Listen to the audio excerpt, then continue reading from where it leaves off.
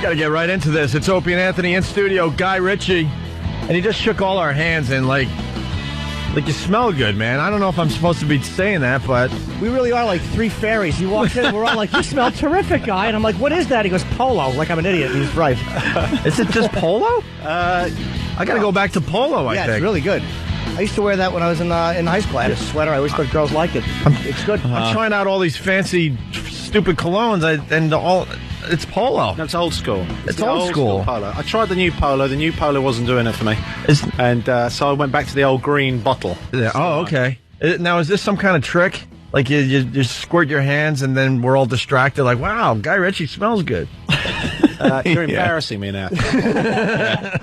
Love of God. But I said I was so stupid. I just said British people smell good when they came in here. Oh, you threw a blanket statement out that was just ridiculous, you Jim. threw your coffee on me, you would have been right. No, she would have argued with you. I know where you're going with this. Ozzy smelled good when he came in, and another British gentleman that came in, he smelled good. Yeah, but you're talking about people that are successful and have, done things and probably can afford a way of life. Yeah, can afford aftershave. I'm sure if two soccer hooligans walked in, they wouldn't smell yeah, they're not going to smell that good.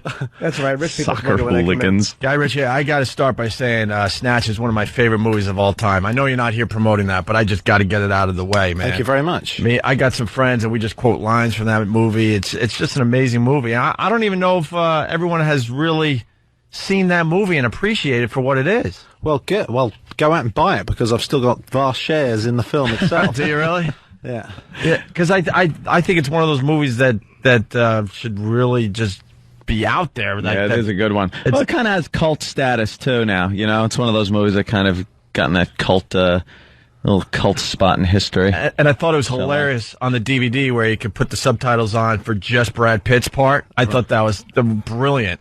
And it just made the movie that much better because he's like, oh, now I understand what the guy's saying in the movie. Well, I should probably watch that and then I could understand. Yeah. Was that done because people said, like, we had a hard time understanding what Brad was saying? Was that, like, kind of as an afterthought, or was that something that you guys planned on doing? Like he's kind of hard to understand some of his dialogue. Well, when we were making the movie itself, we kept sending back the rushes back to, or the dailies, I think they call them out here, back to Sony, and Sony kept kicking up a fuss that we were using this $20 million actor and no one could understand the word that he was saying. So, I mean, that was the gag, and people liked the fact that they couldn't understand what he was saying. Yeah. So, I didn't actually know there were subtitles on his dialogue. That's an American thing, Yeah. Well, American people don't speak English. Not the proper English. Are there American movies that in England people watch and go like, what's he saying? No, is the answer to that. No, it's a funny thing. I just finished another movie called Rockanrolla, which we showed out in Long Beach. And one of the big deals was the accent. And it wasn't, none of the accents were like extremely British in any way, but it was still like a big deal. And I think it's just because we've been weaned on American accents forever that it doesn't touch the sides with us lot. I don't have a problem with the English accents in movies. Like, I could pick right up on it. It's not like I'm sitting there going, what? No, it flummoxes me that anyone should get flummoxed by it, because it's not that exotic, is it? And I think English actors can put on American accents easier than Americans can put on English accents. They can't. Americans don't seem to be able to really hold it for any prolonged period of time. What, they've got better. They've gotten better? Yeah, they've gotten better. I started really with Gwyneth Paltrow, and she did like Emma or something like that. And most of England thought she was English for a long time. Her accent was pretty spotless. And then I think that sort of put a benchmark up for other people to follow. I watched Vanity Fair actually on the plane coming over yesterday, and I think it's Reese Witherspoon. And I got to tell you, that was a pretty spotless accent. Good job. Yeah. Yeah, there are certain actors that are really good at it, and then you just see them in a movie and assume they're English.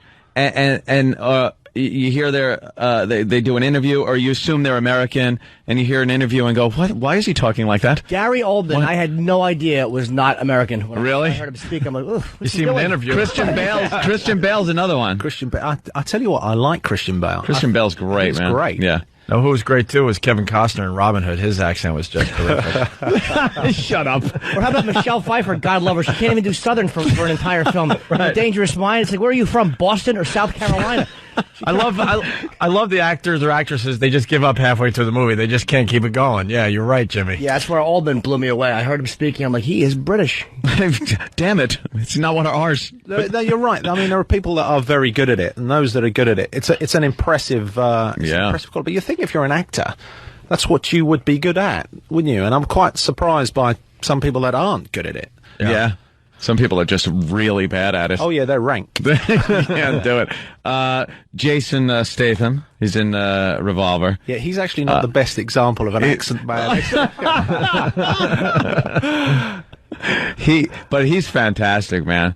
Like, anything I've seen him in has been really good. This movie, Revolver, is sort of it's a bit of a departure for him, because he's been the rough and tumble, gun-toting, tough guy, and he doesn't really play that in this movie. No, we kept his shirt on. And, well, there is a shower scene. Very hot, by the way. Wow. You know what? I forgot about the shower scene. Yeah, but you got Jason Statham. You're not gonna not take his shirt off for at least one scene. You know, but thank God he gave us a naked Ray Liotta. So I'm extremely happy about that. They just filmed him like Martin Sheen in Apocalypse Now having a breakdown. They just filmed Ray Liotta naked. They're like, all right, we'll use it. One of my favorite scenes in Revolver, Ray Liotta's making this point to his underlings, and all of a sudden, like, you pan out or whatever, and he's completely naked, turning around, you see Ray Liotta ass. I'm like, oh my God. Is he insane in person? Ray Liotta? Yeah. You want the truth? Or? Yeah. I'm starting to think he's not really that good of an actor. He's just insane, and you just get to capture this on film. Well, I think he's interesting. I think, I mean that in a positive way. I think Ray has something to offer, and I think his best roles is something that he's allowed to be a character or even a caricature, and then he can get really stuck in. So I got good things to say about Ray in that respect. Oh, I love his acting. You got a great moment out of him. Like he's like in Goodfellas, he was great. He did a movie with Marilyn Stowe where he plays a creep, and he's always in these weird roles. But you got like I haven't seen like a really intense emotional moment I'm sure he's done them, but I haven't seen it. And there was a scene where he kind of has a breakdown of sorts in this, and I was like, I've never seen Ray Liotta like really weak. Yeah, that was really like great scene you got out of him. It's like I've never seen him do that in a film. Well, thanks very much. I think Ray will appreciate you saying that also. But you know, Ray's one of those guys that can turn on the tears within 10 seconds, and that's like the kind of another talent thing. Yeah, it's a talent, and it's very impressive when people can do it, when actors can just like turn on the taps, and he's one of those guys, and he got very emotional in that scene in his underpants, and everything snot, spit, everything was flying out of him. He got stuck in there. In fact, the version that you see is, I think he's like whispering when he's, you know, but that's because the take before we tried the screaming version and he lost his voice. So we went with the hushed tone. Now, Guy, we were discussing the movie earlier on our show, and the movie intrigues us. I don't know what to think of this movie yet. I'm going to be completely honest with you. No, I think that's a fair remark, and to a degree, I'm not sure if people should come out with a sort of I liked it or didn't like it philosophy after they've seen them. Yeah, I wouldn't say whether I liked it or didn't like it. I enjoyed watching the movie a lot, especially when it started. I was like, okay, this is great. As it went through, I enjoyed the ride completely, but then I was like, don't do it. No, not the credits. Wait a minute. Now I got to think. Now I got to watch this again, I think. He didn't wrap this up in a little package for me. Well, by the way, it is wrapped up in a package. It's just you can't. I got to see it again. Yeah, I got to watch it again. I got to watch it again. Right. It's one of those. There are very few movies where I will get online and start trying to get other people's comments and opinions on a movie, and it'll haunt me for days. I'll just have the movie and I'll be thinking about it, and this is one of those movies where I'm trying to analyze what exactly happened, who these people are, what their intent is, and it's very interesting, the movie. And shot beautifully. I love what you did with it, but it left me going, I need to know more about this. Well, that's a good thing. I mean, it's not a movie for everyone, right? Because it's not a straightforward, entertaining movie. So it's got to be. It's a movie for those that like to think. Yeah. It's like a thinking man's action movie, so to speak, right? So if you're just going for just the thrill and the action, you're going to be sourly disappointed. So I want to be very clear about anyone that's going in there. They should know what they're getting themselves into. It's funny, especially with Jason, because Jason's usually, yes, he's driving fast, he's killing a lot of people. Yeah, It's funny you should say that, because I sat down and watched the movie, and about 15 minutes in, I said to myself, oh, no, I think I was supposed to pay a lot more attention than I did. I swear to God, that's what I said to myself. And I started the movie over again. I'm like, okay, wait a minute. This is a little deeper than like a gangster, movie here. There's more going on here. Well, it's a good idea. You're right. But, I mean, it's to a degree. We had a bunch of psychiatrists on at the beginning. Well, we used to have them on the beginning. Oh, okay. But then people thought they were getting into a documentary, so we knocked them out. But really what we were trying to say is that you want to pay attention from the off. Right. Right? If you pay attention from the off, because it's a trip to a degree. So if you can get your noggin into it initially, then it doesn't half make it more accessible toward the end. I think what helps is the quotes in the beginning. That kind of helps grab you and make sure you're paying attention when the movie starts, is to read some of those quotes about war and game playing and chess. Have we even explained the movie yet, since Guy came in? Guy, what's the movie about, just to bring more people... Okay, well, the movie is essentially about the greatest enemy that ever existed is hiding within your own head. As the expression goes, your own worst enemy. You are your own worst enemy, and it's an exploration into that. So it's what the psychiatrists call the ego. It's what religionists call Satan. It's trying to kind of fuse all those different concepts together, and what we're left with is what the psychiatrists now call the conceptualized self. Freud used to call it I don't want to sound too pretentious about this whole thing. It's what we know as, I suppose it's the aspect of our nature that's a pain in the arse and keeps us dogged. Right. It's the thing that makes our day miserable.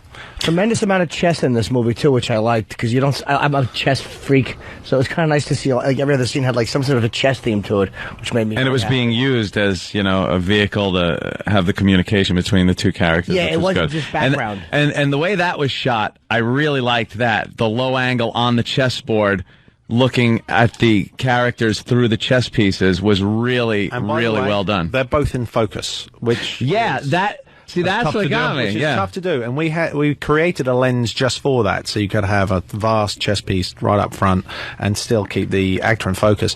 And the amount of light that we had to throw at that in sort of filmic terms, we had about 420Ks, which is like an insane amount of light in order to pull that little trick off. Yeah, I was wondering if that was done in layers or something, but it was done very well, yeah. Well, the whole idea is that you are playing chess with yourself, right? So hence chess is such a kind of good metaphor, such an efficient metaphor. Well, they said Bobby Fischer would only play with himself after a while, or he would only date women that had like a certain chess rating. I mean, obviously he's not the most socially adept, but I mean, there are guys that love chess so much that if you're not good enough, they won't play it. They'll just kind of play themselves. But how do you play yourself?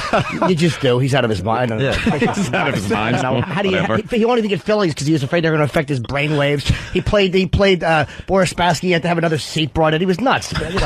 Surely you don't have to have a lesson in how to play with yourself. No, I think everybody learns that. Yeah, the inside of my bedroom looks like a cave.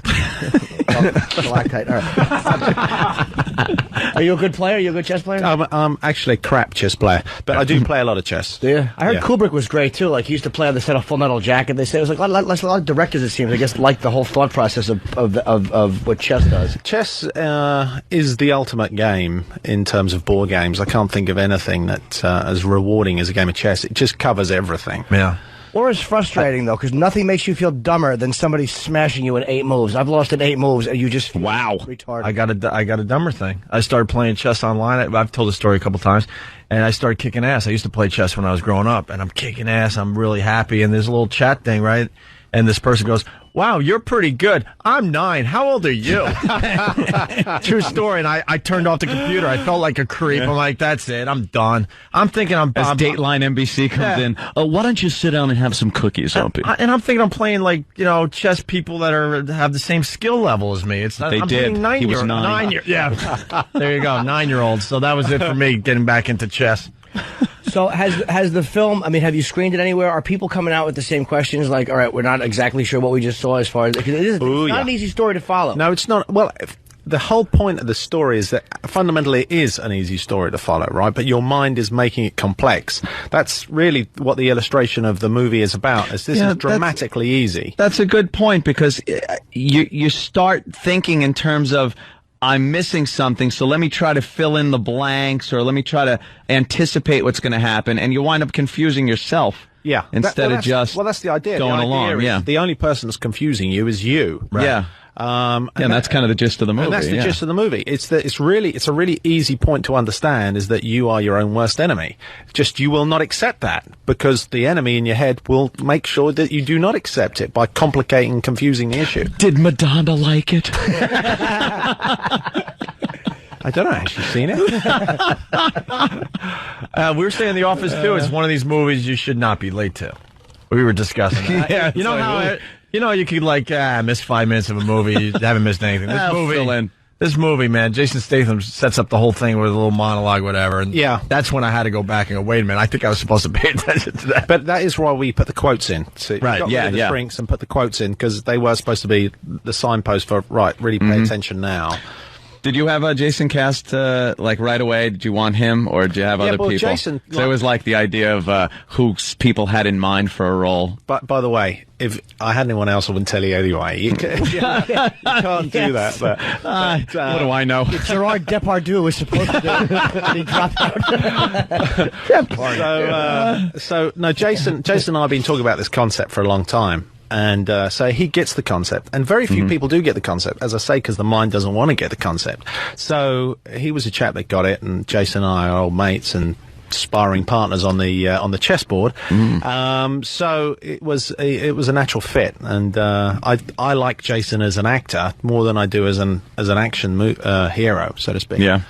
Do you throughout the history of your work, how do you feel about critics that have given, you work hard on a movie, obviously, you put a lot into it, and critics that bash you for a movie? What do you, does that annoy you? It's got to on a personal level. I'm going to be a liar if I said it doesn't. It doesn't. Because I know something as simple as, you get a dumb caller or a stupid message board post, and you're like, it doesn't bother me. And then you find yourself, you son of a, you're just typing away and you get try and angry. Defend your position. Yeah, and you just really can't. No, it's futile. Yeah. And I've taken a fair amount of a kick in on this one, because it was, what is this movie all about? And I don't understand it, therefore you must be an idiot. And there was a kind of zeitgeist in he is an idiot. And then so I did take something of a lambasting over the idiot factor. I was thinking that last night when I was watching. I'm like, he's making me feel stupid. And I don't want to feel stupid, so I'm going to have to watch it again. Yeah, your movie challenged all of us, I think. We've seen movies where we're like, that's crap. Ugh. But this wasn't crap, but it challenged. That's why I really liked it. Right. I enjoyed watching the movie. I just had a problem figuring out exactly what was going on, and I don't know if you can figure out exactly what's going on. It was kind of a little abstract. I think it's true. I mean, it is a little abstract, but there is a definitive kind of conclusion that the only battle that this chap was having was inside his own head. And it's funny, there was a review that came out recently that said,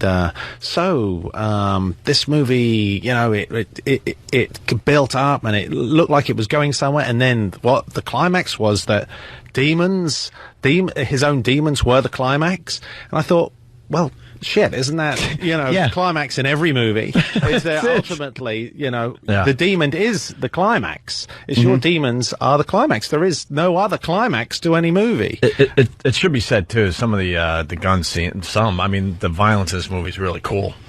It doesn't skimp on the violence. Is actually really well shot. It needs to be said though. The hitman guy was fantastic. I really liked that character. He was very uncomfortable with his glasses and just really good at his job. There's a lot of action. Can I say there's one scene that I'm not going to give away the movie, but I'm going to say there's one scene with a hand being stuck to a table via a nail, and it's really, really good. Really good. That was a great scene in the kitchen. Well, although the movie's kind of esoteric, I wanted to make it accessible in the action kind of factor. So, because I'm not actually into esoteric movies. I go to the cinema fundamentally to be entertained, but I do like to be challenged. And there's not that many movies that are challenging, I suppose, really anymore. There's nothing worse than when somebody will put a movie like that they want you to think about and then take the violence out on purpose. It's almost like Pulp Fiction did a great job of that, where they had violence that was violence, and there was other parts of it that were completely hitting another part of your brain. It was like both parts were done well. So I kind of like the fact that the violence wasn't skimped on, but it wasn't overly hyped either. What movies have you seen that you thought were good and got you thinking instead of just, action movie? Actually, it's quite interesting because there was a movie I saw 2 days ago, IMAX 3D, which I hadn't heard great things about. And I didn't think I was really going to enjoy it. And I thought it was brilliant, but I enjoyed it on the intellectual Harry Potter. And it was Beowulf. Really? Okay. Yeah. I thought it was pretty smart. Really? Yeah. I mean, it's come clothed in like this kind of action, kind of ancient epic, but that narrative's pretty smart. Yeah, it's pretty smart. It's the same. Basically, it's the same as Revolver. It's the idea that you're feeding in this. Have you guys? No, I haven't seen it yet. I've got to tell you, lads, it's pretty smart. It's the idea that you feed this internal beast and it turns into a dragon. And in the metaphor in this case is the dragon. And in the end, you've got to go to war with it. And the more you feed it, the stronger it gets. So I really enjoyed it, and I like a bit of 3D. And I like a bit of action. Yeah. Was it good 3D? I like a bit of 3D. And I like IMAX. I've only seen one 3D movie at IMAX 3D. That was Superman with the stuff floating in front of you and you're trying to grab. Is that a new one or is that an old one? It was the one that came out. What did I say? I said Superman, right? Yeah. You said IMAX. Huh? You said IMAX. You mean IMAX? IMAX 3D. I'm sorry. Yeah. IMAX. He watched it on his iPad. No, right. This is why I said that. This is how dumb I am, and I have to throw myself under the bus. When you said I saw this great movie, IMAX, I swear I thought IMAX was the name of the movie that you saw. You know nothing of what is going on in technology or yeah. You know the big theater. Yeah. 3D. That's an experience. I mean, if you're into like experiences, the IMAX experience, which is the big screen, right? So you're in it. They got the 3D thing figured out. It's kind of creepy. They've got the 3D thing figured out. Creepy. Like some of this stuff's right in front of your eyes, even if you're sitting way back in the IMAX theater. Having seen Honey, I Shrunk the Audience in Disney, I do know a little bit about 3D.